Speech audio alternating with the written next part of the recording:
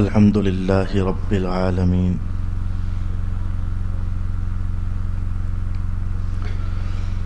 والصلاة والسلام على سيد الأنبياء والمرسلين وعلى عباد الله الصالحين أما بعد فبسم الله الرحمن الرحيم عن جابر بن عبد الله رضي الله تعالى عنه قال قال رسول الله صلى الله عليه وآله وسلم ألا أدلكم على من ينجيكم على ما ينجيكم من عدوكم ويدرككم أرزاقكم تدعون الله في ليلكم ونهاركم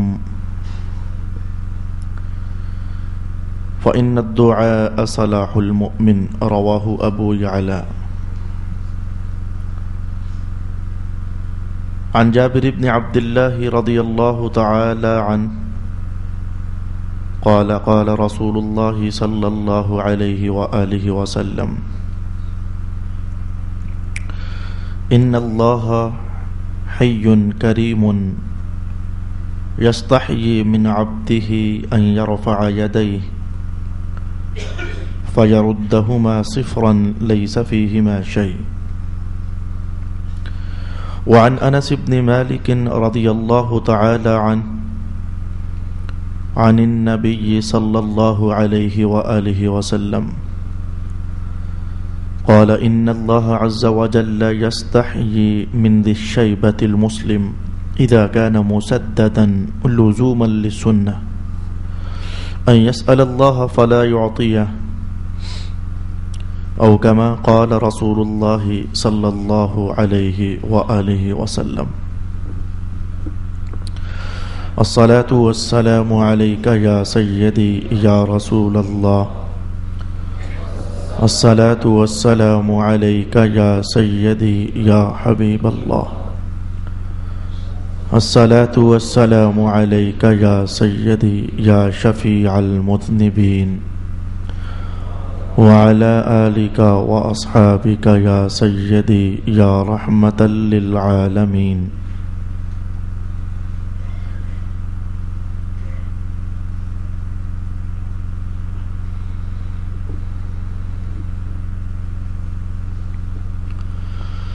اللہ رب العالمین کے فضل اور اس کے کرم سے آج کے اس تیسری نشست میں دعا کا جو عنوان گزشتہ کچھ احکامات کے ساتھ ہم سماعت کر چکے ہیں، کچھ مزید اپنے سبق کو آگے لے جانا چاہوں گا.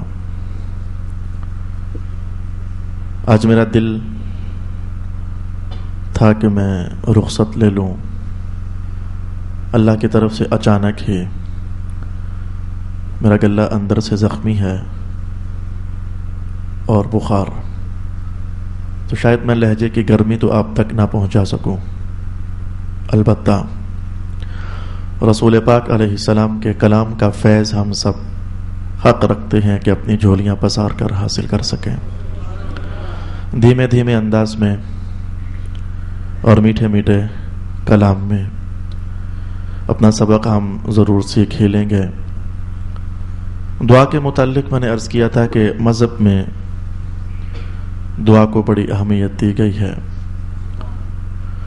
اور تقدیر بدلنے تک آپ نے روایت ملاحظہ فرمائی کہ دعا کردار ادا کرتی ہے. آج کی نشست میں جو سب سے پہلی روایت میں آپ کے سامنے لانا چاہوں گا، اس میں مذہب کے اور عنوانات کی طرح رسول پاک علیہ السلام نے بھی دعا کا عنوان تبدیل کیا. ہاں جی، مذہب میں یہ زبردست توجہ کے لائق عنوان ہے کہ ایک عبادت چل رہی ہوتی ہے، اس کا ایک نام بھی چل رہا ہوتا ہے، لیکن اچانک کچھ ایسا ہوتا ہے کہ رسول پاک علیہ السلام جو اس کا پہلا نام ہوتا ہے وہ تو ہوتا ہی ہے، ایک نیا نام اس عبادت کو عطا فرما دیتے ہیں۔ میں اس کی مثال آپ کے سامنے لانا چاہوں گا۔ آج بھی آپ قرآن حکیم کی تلاوت کریں تو جہاں 28واں سپارہ ختم ہو اور 29واں سپارہ شروع ہو، تو میں نہ بھی کہوں تو آپ جانتے ہیں ایک سورت ہے جس سورت کو سورہ ملک کہا جاتا ہے۔ یہ نام تقریباً ہر مسلمان کی سماعت سے کہیں نہ کہیں گزرا ہے، سورہ ملک۔ تو اس کا نام چل رہا تھا، یہ سورت ملک ہے، صحابہ بھی اسے اسی نام سے پہچانتے تھے، لیکن آج ایسا ہو گیا صحابہ کہنے لگے کہ ہے یہ سورت ملک لیکن ہم اسے سورت ناجیہ کہیں گے یا اسے سورت منجیہ کہیں گے۔ دونوں الفاظ آئے، ہے سورت ملک لیکن ہم اس کا نام بدلیں گے اور بدل کر یا اسے سورت الناجیہ کہیں گے یا پھر اسے سورہ منجیہ کہیں گے۔ کیا ہوا تھا جو ضرورت پیش آئی کہ اس سورت کا ایک اور نام بھی ہونا چاہیے؟ کیا ہوا تھا؟ سفر سے واپسی تھی، رسول پاک علیہ السلام نے پڑاؤ ڈالنے کا حکم دیا۔ عادت مبارک کہ رات کے وقت گھروں میں داخل نہیں ہونا، بڑی حکمتیں ہوتی تھی حضور کی کہ رات کا جب ایک پہر گزر جائے تو مجاہدین راستے میں کہیں رک جاؤ لیکن گھروں میں نہ جاؤ۔ ایسا نہ ہو کہ تم اپنے گھروں میں کوئی ایسی ناپسندیدہ چیز دیکھو اپنی بیویوں کے معاملے میں جو تمہارے درمیان نفرت کا باعث بن جائے، تو رات کاٹ لو کہیں باہر، تو صبح پیغام بھجوا کر مدینہ کی گلیوں میں اعلان ہوگا کہ مجاہدین آ گئے ہیں، تو پھر صحابہ گھروں میں جایا کرتے تھے۔ آج بھی ایسا ایک سفر حکم جاری ہوا کہ خیمے لگا دیے جائیں۔ ایک صحابی کہتے ہیں کہ جہاں میں نے خیمہ لگایا تو خیمے کے اندر میں تھا اور تو کوئی بھی نہیں تھا، تو رات کا ایک حصہ گزرا تو میں نے آواز محسوس کی، میرے خیمے کے اندر سے آواز ہے، کوئی شخص ہے تو وہ پڑھ رہا ہے تبارک الذی بیدہ الملک وہو علی کل شیء قدیر الذی خلق الموت والحیاۃ لیبلوکم ایکم احسن عملا۔ کوئی صاحب پڑھ رہے ہیں۔ اب میں حیرت ناک بھی ہوا کہ میں تو نہیں پڑھ رہا تھا، یہ آواز ہے بھی میرے خیمے سے۔ خیر رات تو کٹ گئی، صبح ہوئی تو میں نے حضور کی دربار میں یہ عرض کر دی، حضور میرے خیمے میں یہ ہوا۔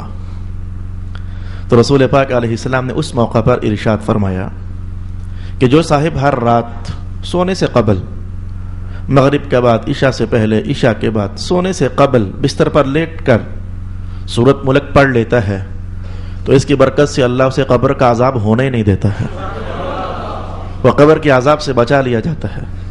تو حضور نے فرمایا یہ صاحب زندگی میں پڑھا کرتے تھے سورہ ملک، تو اللہ پاک نے انہیں یہ جزا عطا فرمائی ہے کہ جب بھی کوئی قبر ہلارا مارنا چاہتی ہے تو سورت ملک سامنے آ جاتی ہے، اور سامنے آنے کا جو نقشہ رسول اللہ نے کھینچا وہ نقشہ یہ تھا کہ جیسے ہمارے پنجاب میں کہتے ہیں مرغی نے کڑک مل لئی، مرغی نے کڑک مل لئی، یعنی وہ انڈوں پر بیٹھتی ہے تاکہ بچے نکالے۔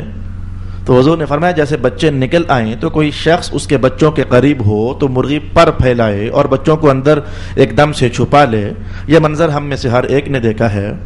تو میرے حضور نے فرمایا جو سورت ملک پڑھنے کی عادت ڈالتا ہے وہ قبر میں جب جائے گا اگر اللہ کا عذاب آیا بھی نا تو یہ سورت مرغی کے پروں کی طرح پر پھیلا کر کے تو میت کو اپنی لپیٹ میں لے لیتی ہے۔ تو صحابہ نے کہا بس ہم نے اس کا نام ڈال دیا، یہ سورت ملک بھی ہے، یہ سورت منجیہ بھی ہے، یہ سورت نجات دینے والی بھی ہے۔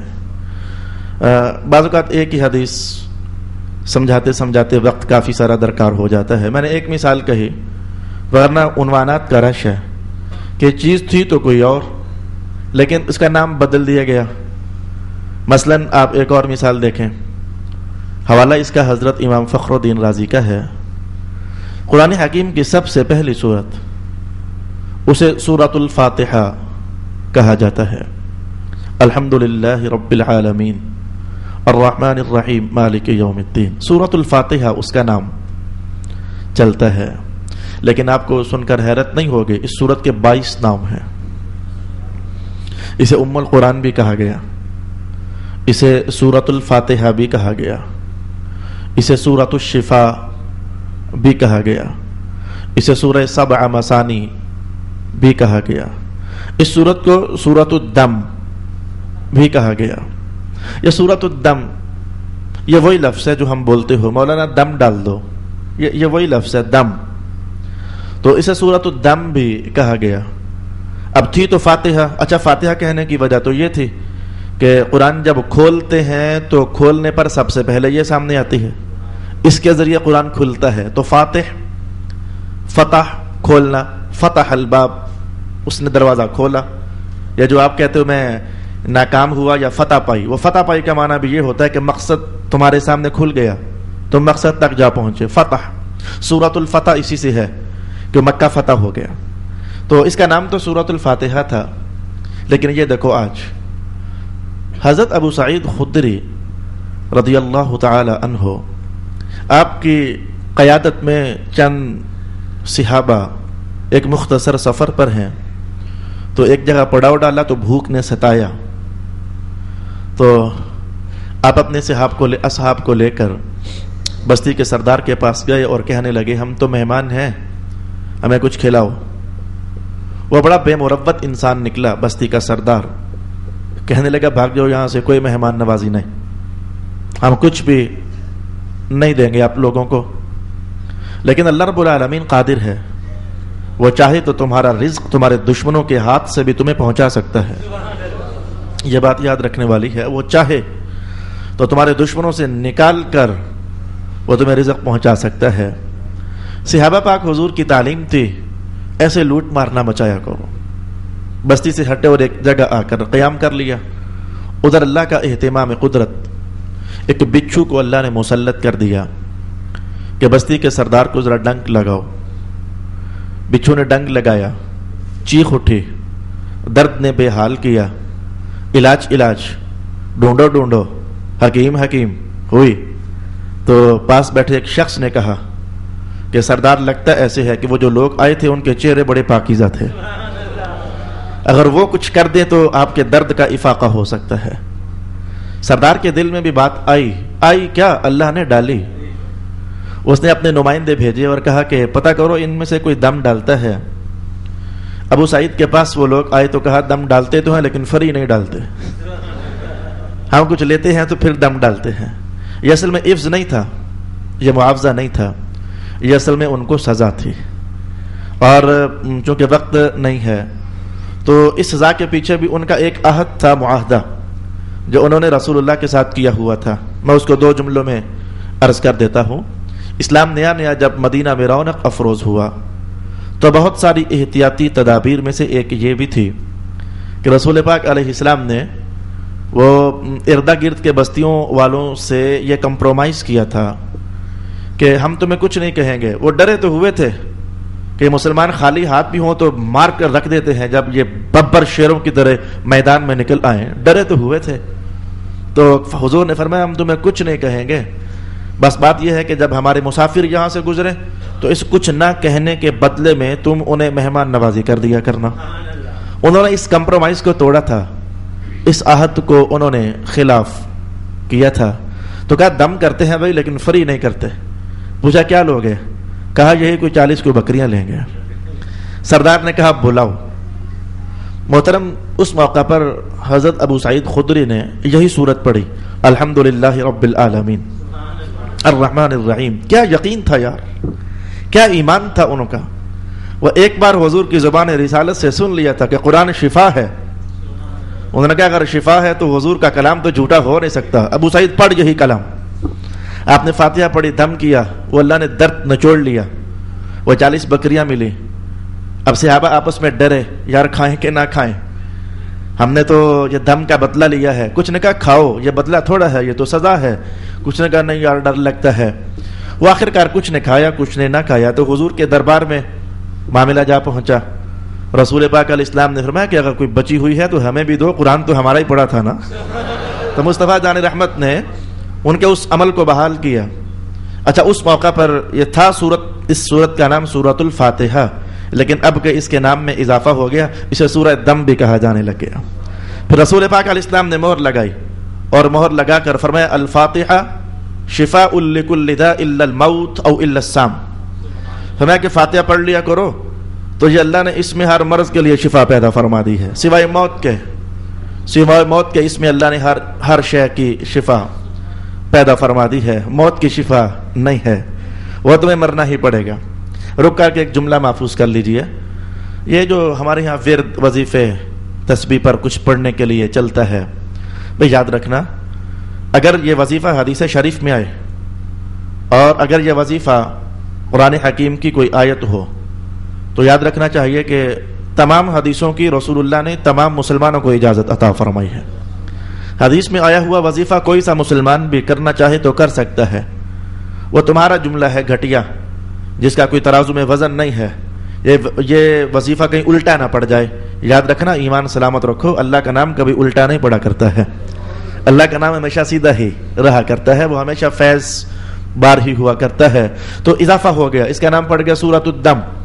میں نے پہلے کہا کہ بولنا میں نے آہستہ آہستہ ہے آج، تو وقت کہیں اسی عنوان کی لپیٹ میں نہ چلا جائے، ورنہ میں اشارہ کروں نماز کا نام بھی بدلا گیا ہے، میں اشارہ کروں کہ روزے کا نام بھی بدلا گیا ہے، میں اشارہ کروں کہ حج کا نام بھی بدلا گیا ہے، میں اشارہ کروں کہ تلاوت قرآن کا نام بھی بدلا گیا ہے، میں عرض کروں کہ سبحان اللہ کا نام بھی کچھ اور ڈالا گیا ہے، الحمدللہ کا نام بھی کچھ اور ڈالا گیا ہے، بسم اللہ الرحمن الرحیم کو بھی کچھ اور کہا گیا ہے. بڑی حکمتیں ہیں اس عنوان میں. لیکن آئیے میں تو آپ کو بتانا چاہتا تھا، ہم نے ہاتھ اٹھائے